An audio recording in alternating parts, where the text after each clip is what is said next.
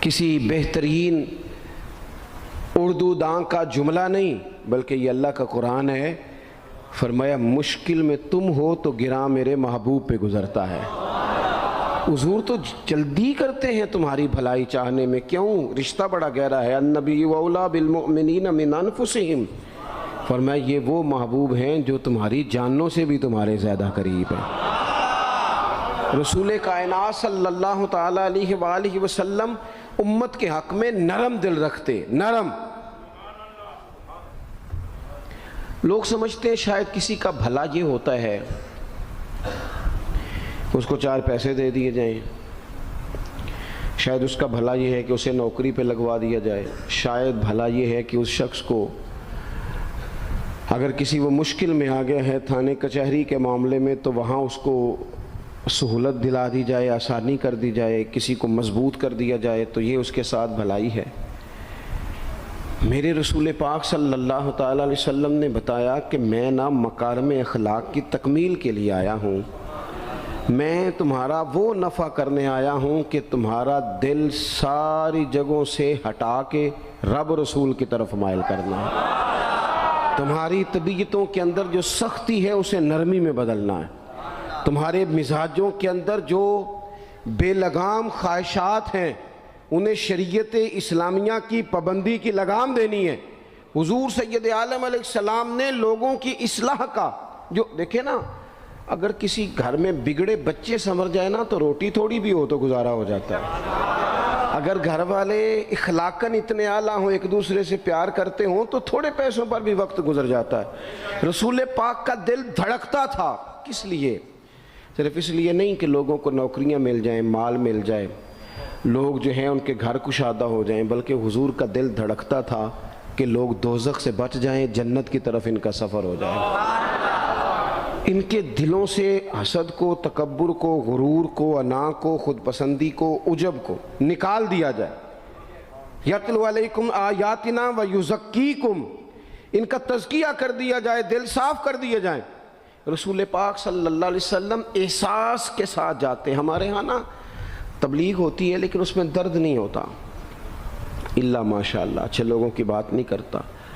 لو میرے جیسے آدمی نے تقریر کرنی ہے، گھنٹہ گزارنا ہی ہے، تو پھر بعض اوقات نفس کی خواہشیں غالب ہوتی ہیں تو وہ اصلاح سے زیادہ شوق داد لینے کا غالب آ جاتا ہے۔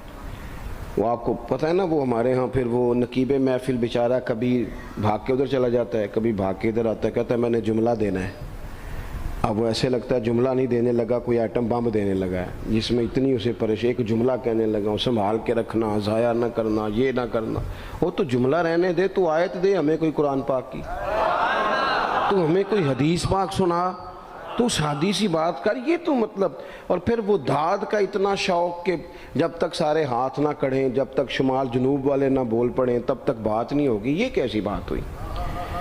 اصلاح کے اندر تو آپ کا درد آپ کی زبان سے زیادہ اثر رکھتا ہے۔ اقبال کہنے لگے کہ بات جو دل سے نکلتی ہے اثر رکھتی ہے، پر تو نہیں، پر طاقت پرواز مگر رکھتی ہے۔ وہ تو اڑتی ہے، وہ تو اس کی تو پذیرائی ہوتی ہے اگر بات دل سے نکل رہی ہے تو۔ عزیز بھائی یاد رکھیے گا، حضور سید عالم علیہ السلام درد دل کے ساتھ دعوت دیتے لوگوں۔ 10 دن حضور نے طائف میں قیام کیا ہے، ایک بندے نے بھی کلمہ نہیں پڑھا، الٹا انہوں نے روڑے مارے، تکلیف دی۔ حضور واپس آ رہے ہیں، صحابی ساتھ ہیں، باغ میں بیٹھ گئے، اتنی صحت مبارک پر انہوں نے معاذ اللہ تعالیٰ سنگ باری کی کہ خون مبارک بہہ رہا ہے۔ فوراً عرض گزار ہوئے، یا رسول اللہ صلی اللہ علیہ وسلم آپ دعا کر دیں یہ تباہ ہو جائیں۔ فرشتہ بھی حاضر ہو گیا، حضور آپ دعا کریں یہ تباہ ہو جائیں۔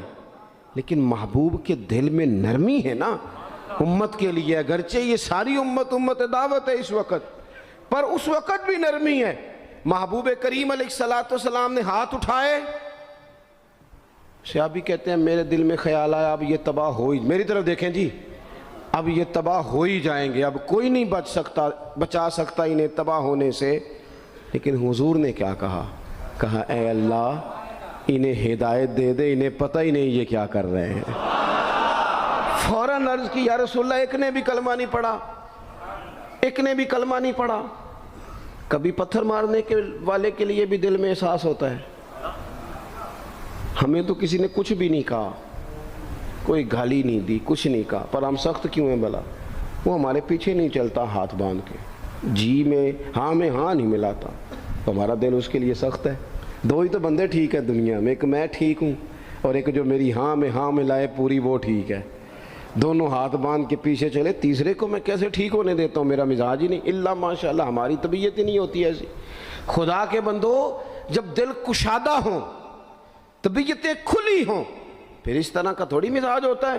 کریم محبوب صلی اللہ علیہ وسلم سے عرض کی، حضور ایک نے بھی نہیں کلمہ پڑھا اور پھر بھی آپ کے دل میں اتنی وسعت ہے، آپ ہدایت کی دعا کر رہے ہیں، 10 دن لگائے ایک شخص بھی نہیں آ رہا۔ تو محبوب کیا فرمانے لگے؟ کریم فرمانے لگے، مجھے پتہ ہے انہوں نے تکلیف دی ہے، ایک نے بھی کلمہ نہیں پڑھا، جلدی نہ پریشان ہو جایا کریں۔ کچھ لوگ جلدی کچے جملے بوئے، ساڈی قوم نہیں ٹھیک ہو سکتی جی، ایسمو لگتا کچھ نہیں ہو سکتا دی، یہ نہیں ٹھیک ہو سکتے، فلانے نہیں ٹھیک ہو سکتے۔ شکوہ ظلمت شب سے تو کہیں بہتر تھا، اپنے حصے کی کوئی شمع جلاتے جاتے۔ اللہ کے حبیب صلی اللہ علیہ وسلم سے عرض کی، یا رسول اللہ صلی اللہ علیہ وسلم ایک بھی نہیں مانا اور آپ نے پھر ہدایت کی دعا کی۔ تو یہ میرے محبوب کا امید کا طریقہ ہے۔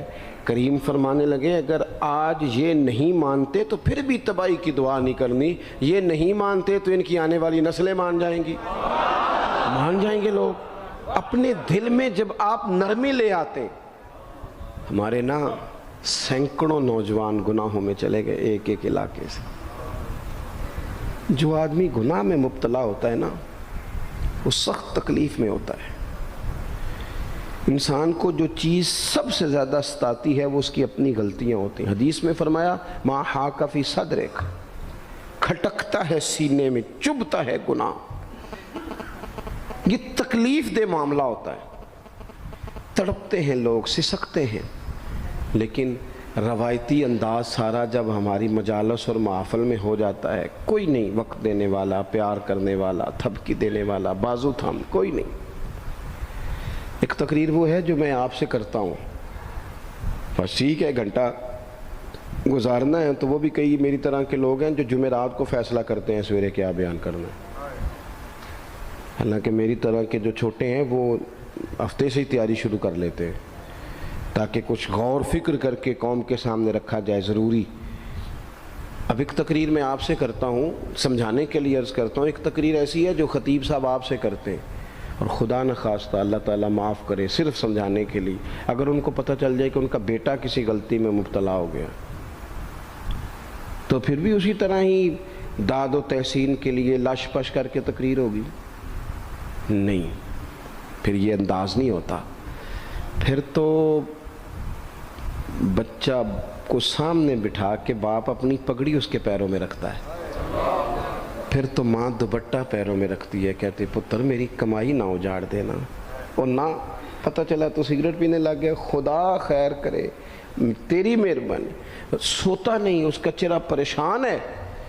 اب بات آئی ہے نا، اب یہ وقت آیا تبلیغ کا، اصلاح کا۔ اسے منت کر کے سمجھایا، اس کو گزارش کی، اس نے کہا ابا جی غلطی ہو گئی تھی، آئندہ نہیں کرتا، پوری اس نے تسلی دی، پھر بھی نہیں سوتا۔ بچہ تو وعدہ کر کے چلا گیا، پھر بھی نہیں سویا، وہ اپنے کمرے میں چلا گیا اور اس نے مصلی بچھا لیا۔ کہا یا اللہ یہ میری عمر کی کمائی ہے، مالک اسے ہدایت دے دے۔ او بھائی، جب تو اس انداز میں ملت کے ہر بیٹے کی اصلاح کرنے لگے گا، اور اس سے مراد صرف خطیب واعظ ہی نہیں، حضور نے ہم سب کے ذمہ لگایا تھا بلغ عنی ولو آیا، ہم سب کی ذمہ داری ہے لوگوں کے لیے، لوگوں کو قائل کریں۔ مجھے بتاؤ، اپنی ذات کے حق میں قائل کرنا ہو تو کرتے ہیں کہ نہیں؟ ہوتا ہے نماز کی دعوت ہم کیسے دیتے ہیں؟ ہم کہتے ہیں پڑھ لیے کر نماز، اتنے پیسے کہاں لے کے جائے گا، یہی دعوت ہوتی ہے نا۔ وہ کہتا ہے تو نے اپنی قبر میں جانا اور میں نے، یہ تو ہے ہمارا دین کے حق میں۔ وہ محفل میں آنا اگر ٹائم ملا تو ٹھیک، یہ ہے دین کے حق میں۔ اور جب اپنی باری آئے، کسی سے 50,000 روپے چاہیے تھے، فون کیا اس کو، ملنا تھا، وہ کہتا حکم کریں، کہتے نہیں ٹیلی فون والی بات نہیں، کہتے میں تو 2 بجے ملوں گا، تو 2:30 بجے مل، پر میں مل کے کر دی۔ پھر جاتے ہی اس سے 50,000 مانگا نہیں، پہلے منت کی، دکھ سنایا، پھر اسے ثابت کرایا کہ تیرے علاوہ دینا بھی کسی نے نہیں، سارے غلط بندے ہیں، تو ٹھیک ہے معاذ اللہ۔ پھر اس کو یہ بھی ثابت کرایا وقت پہ واپس کر دوں گا۔ اتنی ساری گزارش کر کے رو دھو کے جب وہ پورا قائل ہو گیا تو آخر میں کہا مجھے 50,000 صحیح کہہ رہا ہوں؟ ہاں نہ تو کرو نا، چلو ہلکا سا ایسے ایسے تو کرو نا، ہوتا ہے کہ نہیں ایسے؟ او بھائی اپنے حق میں قائل کرنا تھا تو تجھے سارا طریقہ آتا تھا، اور رب رسول کے حق میں قائل کرنے کا تجھے طریقہ ہی نہیں آتا، تجھے پتہ ہی کوئی نہیں کہ کیسے قائل کرنا ہے۔ اپنے لیے تو نے قائل مائل کرنا تھا، سارا پتہ تھا، سب خبر تھی کیسے منانا ہے، اور کسی کو مسجد کے لیے منانا تھا تو کہتا جی میری کو مانتے ہی نہیں، میری کون سنتا ہے۔ آپ جب تک اس درد سے، زازان نام کا ایک گویہ تھا بغداد میں، گاتا تھا، آواز بڑی سریلی تھی، بڑے لوگ اس کے گرد جمع ہو جاتے، حضرت عبداللہ ابن مسعود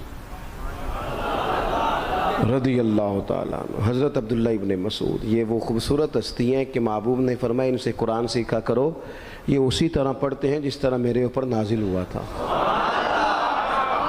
حضرت عبداللہ ابن مسعود رضی اللہ تعالیٰ عنہ صحابہ میں مفتی، صحابہ میں قاری، بڑے آدمی۔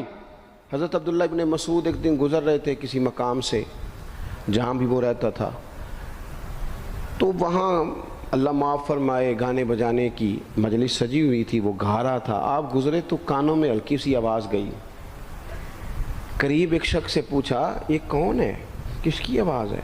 کہا حضرت یہ زازان نام کا ایک گویہ ہے۔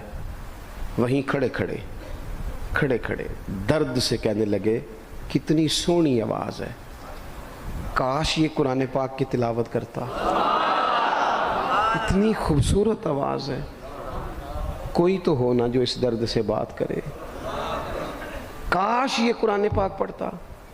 اور پھر دعا مانگتے آگے تشریف لے گئے۔ وہ جوان تھا، فارغ ہو کے باہر نکلا، لوگوں کا رش تھا، ایک شخص نے اسے روکے، کہا زازان ادھر آ، پتہ آج کیا ہوا؟ کہا جناب کیا؟ کہنے لگے جانتے ہو حضرت عبداللہ ابن مسعود کو؟ کہا جانتے ہیں۔ فرمایا وہ صحابی رسول صلی اللہ علیہ وسلم آج گزرے، تیری آواز ان کی سماعتوں سے ٹکرائی تو فرمانے لگے کاش یہ قرآن پاک پڑھتا۔ کہنے لگا صحیح بتاؤ انہوں نے میرا نام لیا ہے؟ صحیح بتاؤ میرے لیے کہا انہوں نے؟ میرے جیسے شخص کے لیے میں سوچ بھی نہیں سکتا، میں کہاں وہ کہاں، میرا نام لیا ہے؟ کہاں؟ تھوڑی دیر رکا، چند لمحوں پتہ نہیں سوچیں کہاں کہاں کا سفر کر کے آئیں، وہ ساری سوچیں درد بن کے آنسو بنی، اور پھر آنسو داڑھی پہ ٹپکے چہرے پہ آئے۔ پھر لوگوں سے پوچھنے لگا گھر کا پتہ بتاؤ گے؟ کہا وہ فلاں جگہ پہ موجود ہیں۔ دوڑا گیا، دروازے پہ دستک دی، حضرت عبداللہ ابن مسعود آئے، کہا کون ہو بیٹا؟ کہنے لگے حضور میں وہی ہوں جس کے بارے میں آپ نے کہا تھا کاش یہ قرآن پڑھتا، میں آ گیا ہوں، پڑھا دے مجھے قرآن پاک، پڑھا دے۔ کوئی بیٹھا ہوا مجھے دور دعا دیتا ہے، میں ڈوبتا ہوں پر سمندر اچھال دیتا ہے۔ کسی سے تو آپ پیغام حق کہیں، کسی کو تو دعوت خیر دیں، یہ سب سے بڑا بھلا ہے۔